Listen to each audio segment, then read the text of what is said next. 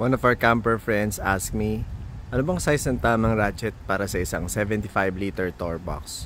Well, in my case, I use one ratchet strap, 2.5 meters sa isang tour box na 75 liters. So yung ratchet, yung ganito, yan. This is enough for me. Tapos isang ikot lang yan. I use this many times, even sa expressway, sa malayong biyahe. Hindi yan gumagalaw pagdating namin dun sa campsite and pabalik sa bahay. Sobrang steady. Also, make sure na okay yung inyong rack and crossbar. Yung akin, I'm using Carry Boy na may kasama siyang matching crossbar. So, I check it all the time before I travel. Inaalog ko kung may galaw. And serving me for a long time na.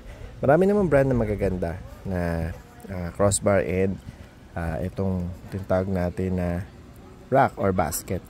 But you have to be sure about it kasi doon nakakapit yung inyong top load. So minsan takbo namin pag expressway 60, 80 if that is permitted. Tapos do not forget also to roll that excess sa ibabaw para hindi lumilipad.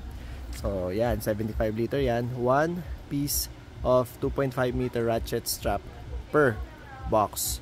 Tapos don't forget to get LTO top load permit. Hindi po kasama yan sa annual registration. Kinukuha po yan separately. And not LTO branches has that. So ako sa East Avenue ako kumukuha. Tapos hapon ako nagpunta last time. Hapon ko rin nakuha while you wait. They will just look at your top load. Tapos bibigyan ka na ng permit. 100, 200 pesos lang yata yan. I forgot the rate.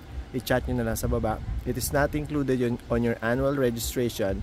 You have to get that top load permit separately from LTO. So thank you guys.